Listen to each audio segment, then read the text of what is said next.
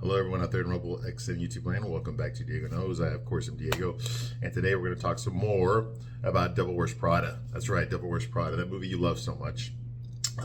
There's a lot of things I liked about this movie. Okay, it fails at the landing, so this is not a great movie at all. But it raises some interesting questions, and it has something to say.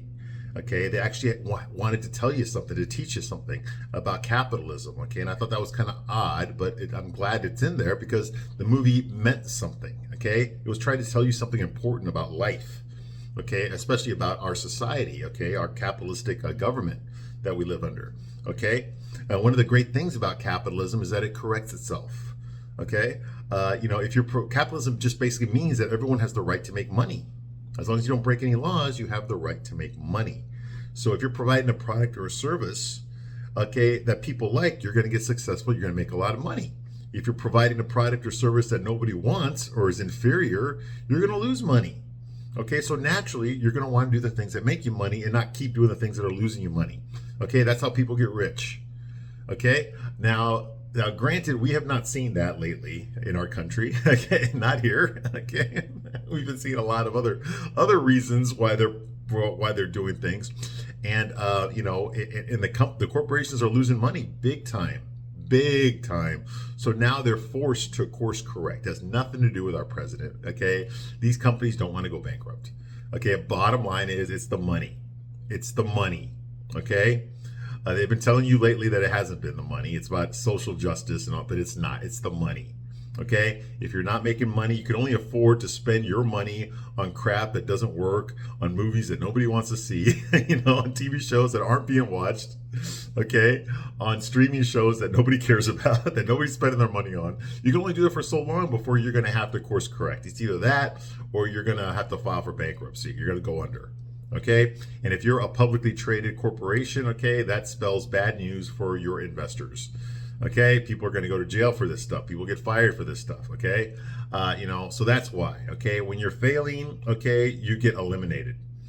All right, and that's starting to happen right now. Finally, okay, the corporations are starting to change. They're starting to pivot. Like, okay, it has nothing to do with who our president is. It has everything to do with the bottom line. Okay, you're losing money.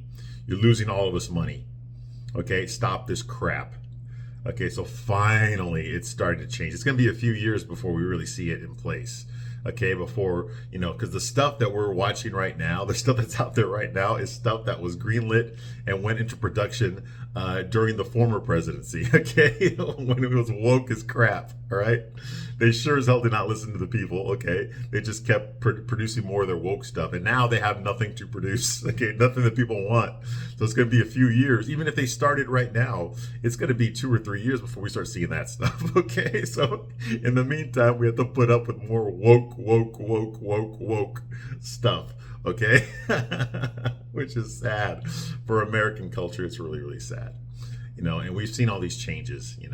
But as far as this movie goes, okay, this movie deals with capitalism, the dark side of capitalism. Okay, capitalism is in theory merit based. Okay, you have to prove yourself.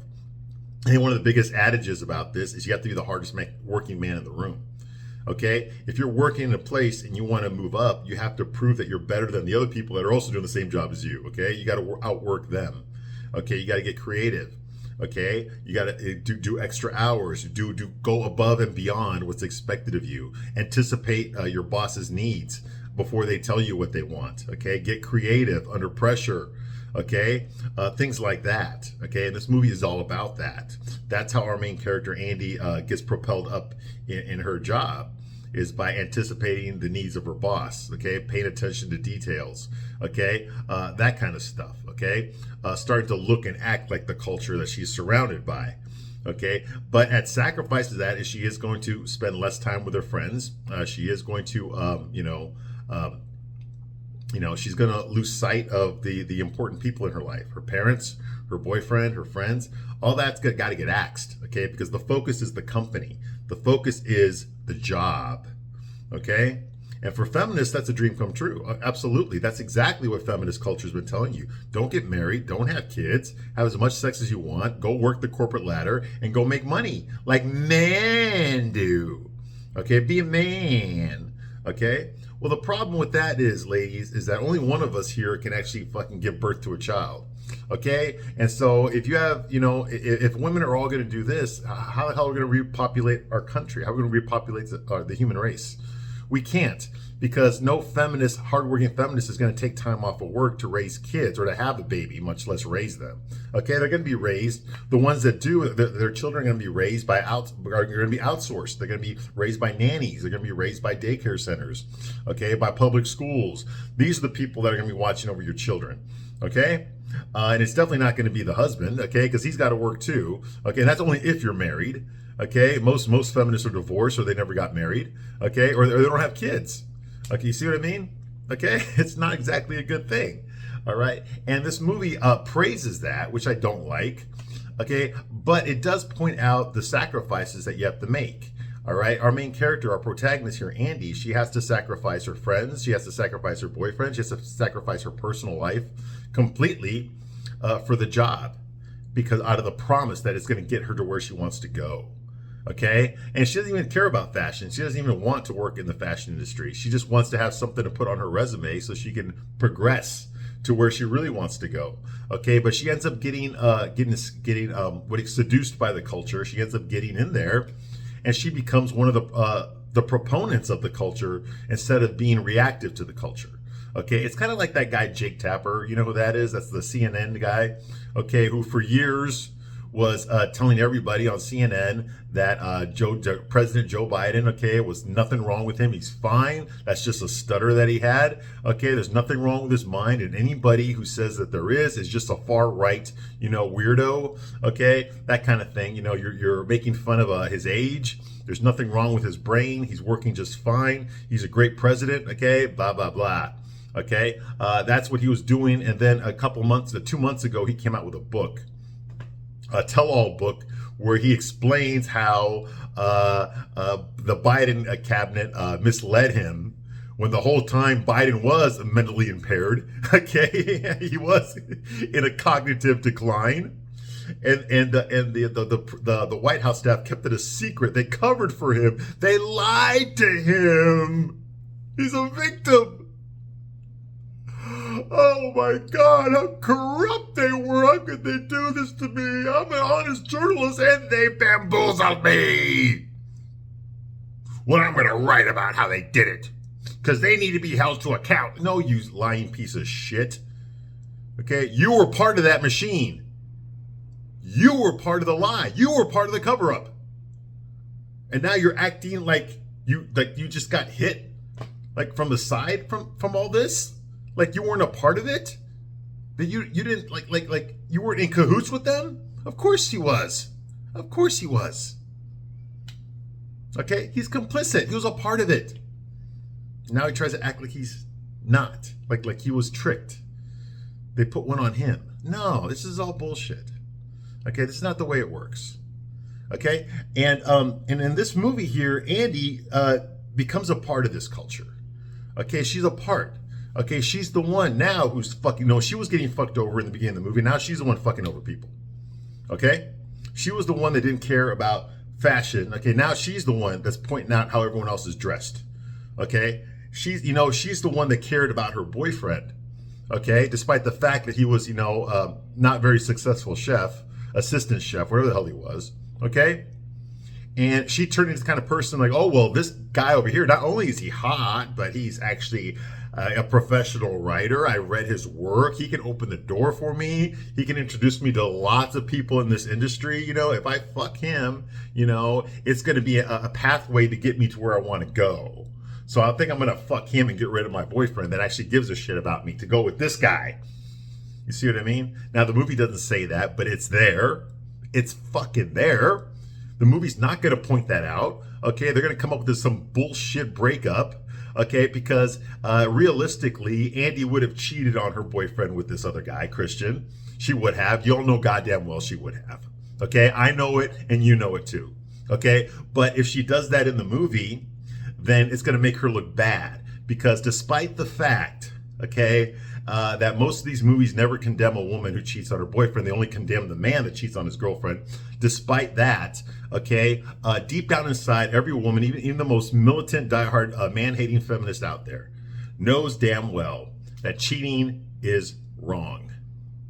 it can't really be justified. Okay? I know we see it in movies all the time where they play it off. I mean, even Titanic, okay? Rose was cheating on her fiance with some fucking cabin boy, basically, okay? Even in The Notebook, okay? What's her name? Was cheating on on her fiance with her ex-boyfriend, okay? And those movies played it up like, oh, well, but it was her true love, so it's okay. You know, get the fuck out of here. Okay? These are tricks, okay, that these chick flicks do to make you excuse cheating. Like it's okay. Now, when a man cheats in these movies, there's never a good excuse for it. There's never being praised for it at all. Okay, no one gives a shit about why he did it. The fact is he did, he's going to fucking pay.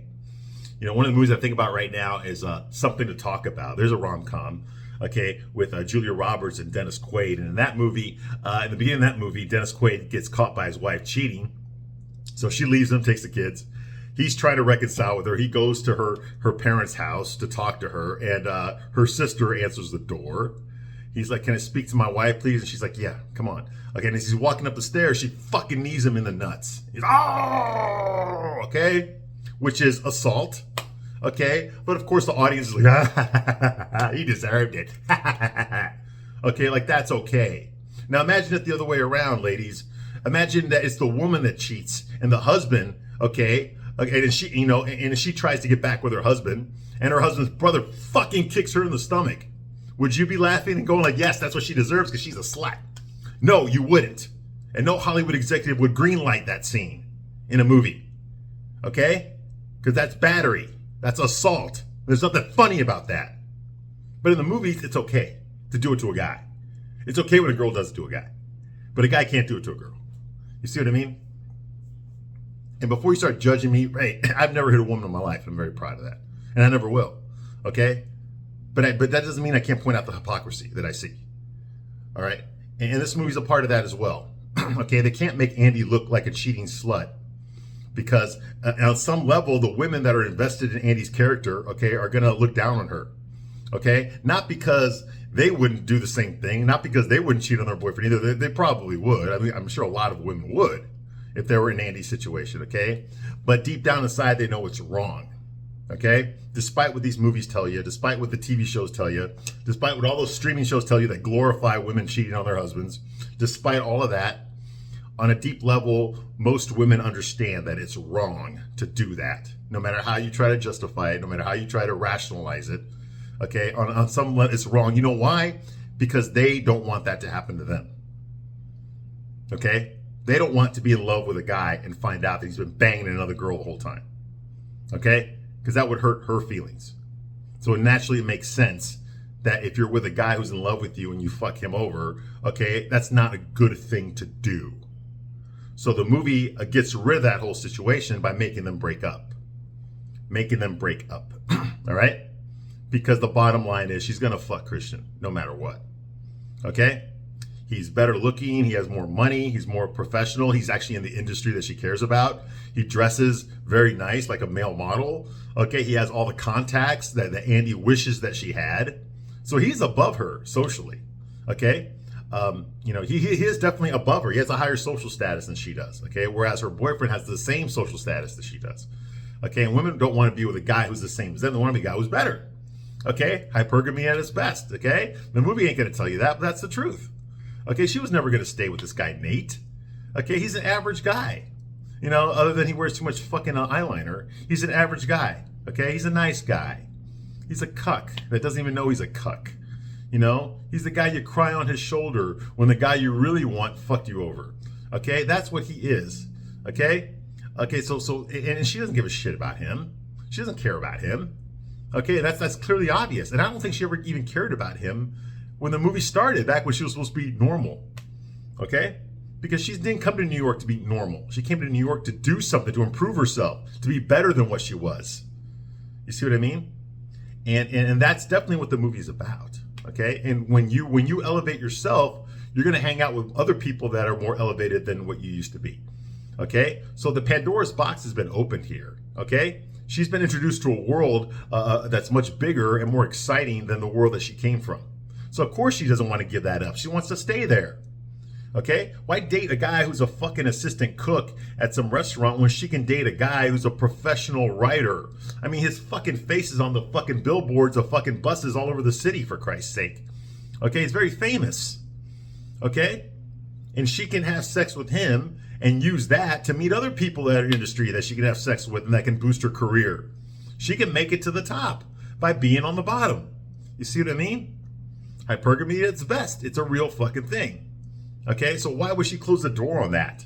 She's young, she's immature, okay? She's trying to figure everything out. Now, maybe, when she's in her, 30s or 40s, she's going to realize that she fucked up her life, okay, when she's a single mom and she looks like shit, okay, and she's on her second husband, third husband, or whatever, okay, and the high value guys like Christian Thompson don't want nothing to do with her because they're fucking the 20, 23-year-olds, okay, interns. Okay, so they don't want to be with her anymore because she's fucking, her pussy's worn out. She looks like shit now. She's probably an alcoholic. Okay, she's got lots of fucking cats. Okay, she probably doesn't have kids because they don't want to have kids. Okay, women with college degrees like that, they don't want to have kids because that would take them away from work. All right, that door's been open. I don't think she's gonna go back from it again. She's gonna just exit from it again. Okay, so she's probably gonna end up alone with cats. Okay, a miserable fucking single bitch who's opinionated on everything. Okay, but deep down inside, okay, when she's at home, okay, she cries herself to bed every night out of all the fucking mistakes that she made. Okay, when she was young and pretty, and people actually gave a shit about her. She threw all of them away for a career that never gave two fucking shits about her. Okay, that only cared about what she could give them. Okay, and that's the truth. It's a sad but horrible truth. Okay, the movie doesn't go there. I wish it did, but it does show how a woman can go from being a nice girl to being that. Okay, it shows you the track that she's on. All right, okay, and so that's what I appreciated about the movie, is that it actually had something to say. It doesn't give you, it brings up a lot of questions, okay, valid questions, but it gives you no answers. Okay, and that's the part that pissed me off. Okay, it did not stick the landing. I don't care if the takeoff was perfect, if the food on the plane was absolute perfect, if there was no turbulence. The movie was top-notch. The service was immaculate. Okay. All right, the bathrooms were fucking clean. There was no unruly passengers. Okay, the pilots were nice and courteous and kept you informed. You arrived earlier than you thought you were going to. None of that fucking shit matters if the plane fucking crashes at the end. You see what I mean? And that's what I'm telling you here. All right. Now, where we left off last time, Nate and Andy broke up. Okay, they broke up because she's changed. She's become a superficial, condescending, inattentive bitch. But the real reason they broke up is because she wants to fuck the other guy, Christian. Okay? For the reasons that I just told you. He can open up a lot more doors for her. A lot more opportunities for her in her chosen profession than she can dating this fucking third-rate fucking cook at a restaurant that she's living with. Okay? In their shitty apartment. And that's the truth. Okay, she's wearing expensive clothes now. Okay, she's going to all these expensive events with her boss. So she's in a new world now. She's outgrown the old world. She doesn't see her friends anymore. She calls them assholes now. Okay, she neglects her boyfriend. Didn't even go to his birthday party. Okay, she got told that she's going to go to Paris. Okay, for something at work, and she didn't even tell her boyfriend about it. He had to find out a different way. He doesn't even know about this other guy that she's been jerking off to, okay? And the movie ain't gonna tell him that, okay? Although realistically, that would be the first thing. If I was her boyfriend, that'd be the first thing I would think about. Like, okay, well, is she gonna leave me or something? If she's being this way, maybe she's seeing somebody else. But of course, because this guy Nate is a complete dumb fuck cuck, like all straight men are in these movies, okay? He's not even gonna go there. He's not even gonna go anywhere near there. He's gonna say it's about her attitude. By the way she's been treating him, okay, and other people, how she's changed into this superficial bitch, and he wants nothing to do with, okay? And she makes a half-hearted attempt to save the relationship, but the truth is she doesn't want to save it. She wanted him to dump her so that she can go and fuck Christian, okay? And that's the truth, okay? And the movie pisses me off because, just be honest, okay? Realistically, she would have cheated on her boyfriend with Christian. That's the fucking truth. You know it, and I know it. But the movie ain't gonna go there because the movie has no ball. Literally, it has no balls. Okay? But that's the fucking truth. All right, but you can't make a rom-com where the fucking main character is fucking cheating on her boyfriend. Okay? The only time that's excused is when the boyfriend is an asshole. But obviously Nate is a soy boy, limp dick fucking beta male with too much fucking mascara on. So of course, that's the ideal male in these movies. So of course, you know, she can't fuck him over. They gotta be on a break. There's gotta be a technicality so for her to fuck the other guy. Okay? You see what I mean? And very realistically, he doesn't give a shit. He doesn't even know. He doesn't even suspect. Okay, and that's also bullshit. Okay, but again, you know, when you got gay guys and you have these feminist man-hating bitches writing these movies, they don't know what a straight guy thinks or how a straight guy really acts. So this is an approximation. This is what they think a guy's gonna act like. All right. So anyway, they're in Paris now. Okay, so she's in Paris with her boss Miranda. Emily obviously is not going. She got kicked off the plane. Okay, and so you know, she's there. Okay, of course she runs into. There's a lot. There's one cameo in this movie from a real fashion designer. His name is Valentino Garani, and I have no fucking idea who that is because I'm not fucking gay. Okay, but apparently, and realistically, this movie is based. Miranda Priestley's character is based on the real life Dame Anna Winters. Okay, who was the real editor in chief of Vogue magazine. Okay, and because this movie dealt with the fashion industry, they wanted to get real life fashion designers to make cameos in this movie, you know, but they were all afraid of the way that Meryl Streep is going to portray Miranda Priestley in this movie, that it might upset the real Dame Anna Wintour. So they actually declined all their cameos. Only one designer actually showed up. Okay, for this movie. I guess he doesn't care what Dame Anna Wintour thinks about him. And that's Valentino Garana. So he makes a cameo here. It's clearly pointed out this guy's not an actor. Okay, like, you know, it's one of those scenes where, like, if you know anything about fashion, you already know who that person is. So the movie doesn't have to tell you. But I had no fucking idea who this guy was. All I know is he had all this screen time, you know, talking to Meryl Streep. So I'm just like, okay, this guy must be a real fashion designer. I put two and two and I looked up who it was. Big deal, right? Okay. So that's going on here. Okay, Christian, of course, is there. Christian Thompson is there, trying to, because every scene we see him, he's trying to fuck Andy. Okay, which, hey, kudos to him.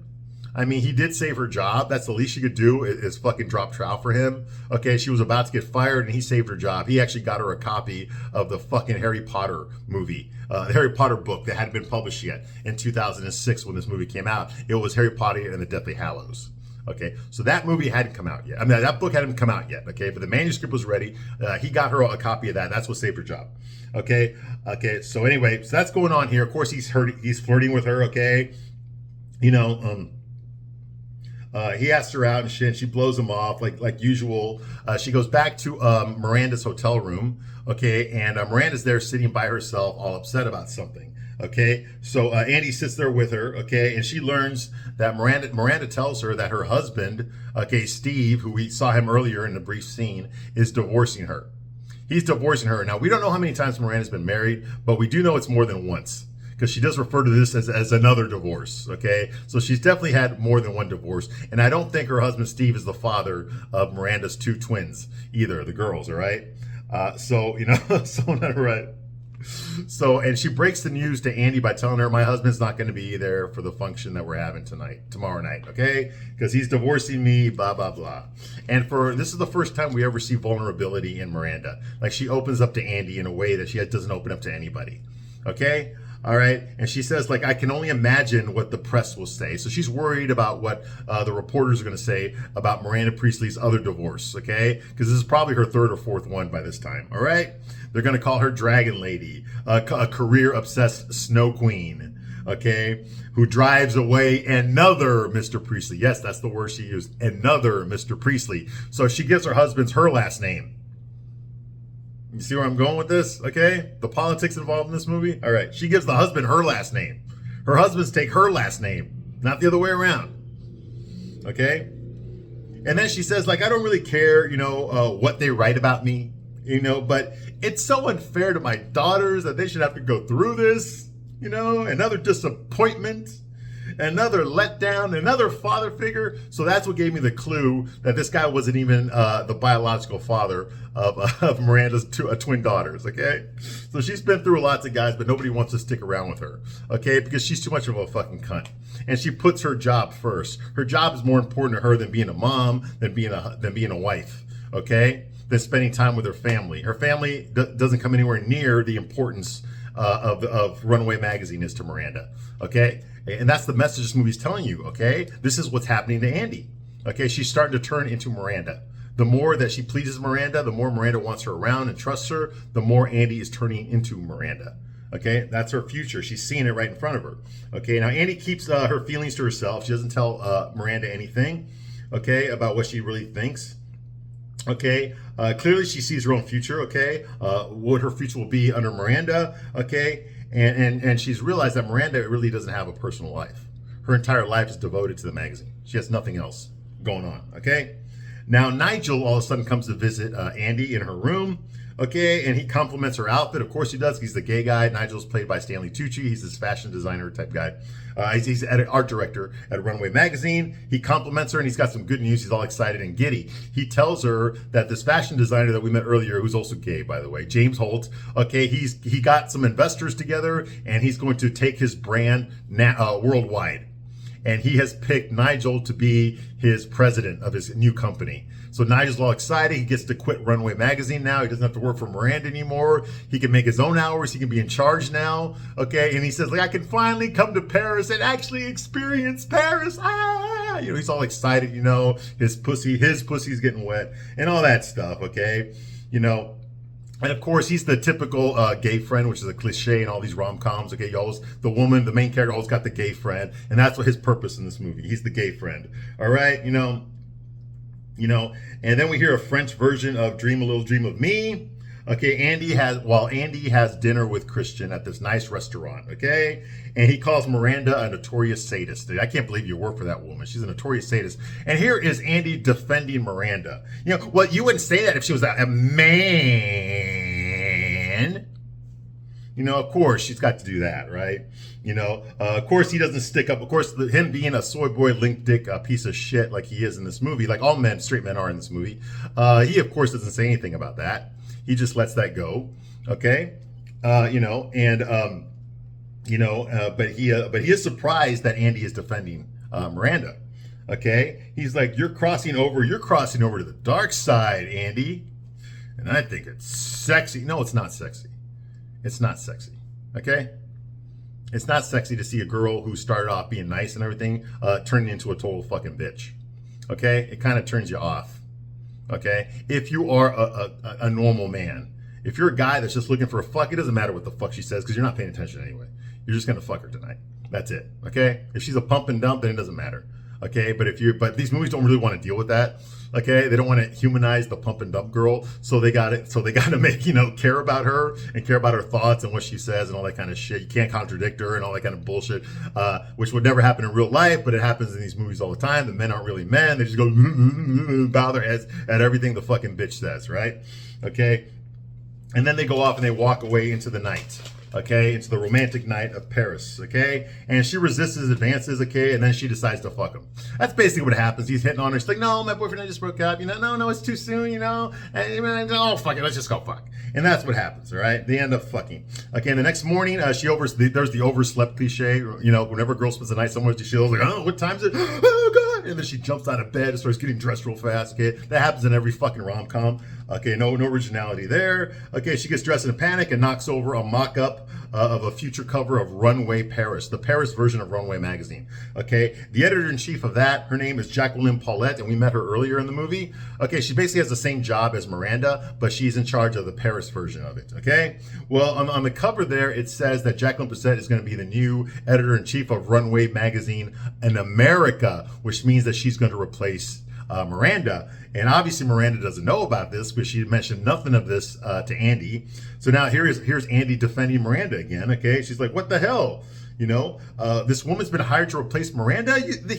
Now we've met Irv Kravitz earlier in the movie. He's the chairman of the board of Elias and Clark Publications. They're the company that owns Runway Magazine. Okay, she met him earlier, and apparently he's decided to hire Jacqueline Paulette to replace Miranda because Jacqueline Paulette can do everything that Miranda can do and can do it a lot cheaper. Okay, so that's why. Okay, and at the end of the day, he's a businessman. Now, Andy learns all this information from Christian, who's just coming out of the shower. All he got is a towel on, telling her all this, drinking his fucking espresso. Okay, and he also tells her, and by the way, Jacqueline picked me to run all the editorial at Runway magazine. So this is going to be great. And Andy's like, wait, no. Miranda has given her entire life to this magazine. She'll be just devastated if this happens. And he tells her, like, hey, listen, it's business, all right? You know, come on, man. Miranda's a big girl. She'll be all right. You know, this is how it's done in business. Okay? Like you can't act like you didn't see this coming. You know, at the end of the day, you know, Irv is a businessman. You know? And Jacqueline Billette, she's younger, she got a fresher take, and she can do everything that Miranda can do, and she can do it a lot cheaper. You know, it's a business decision. Miranda will be all right. Okay? You know, and of course, you know, of course, Andy's upset because Miranda doesn't know. So she's like, oh my God, I gotta go. He's like, no, come on, just stay around, baby. Come on, just stay, baby. And she looks at him like, I am not your baby. And then she walks out of there, okay? This is usually what happens when women claim that they were raped.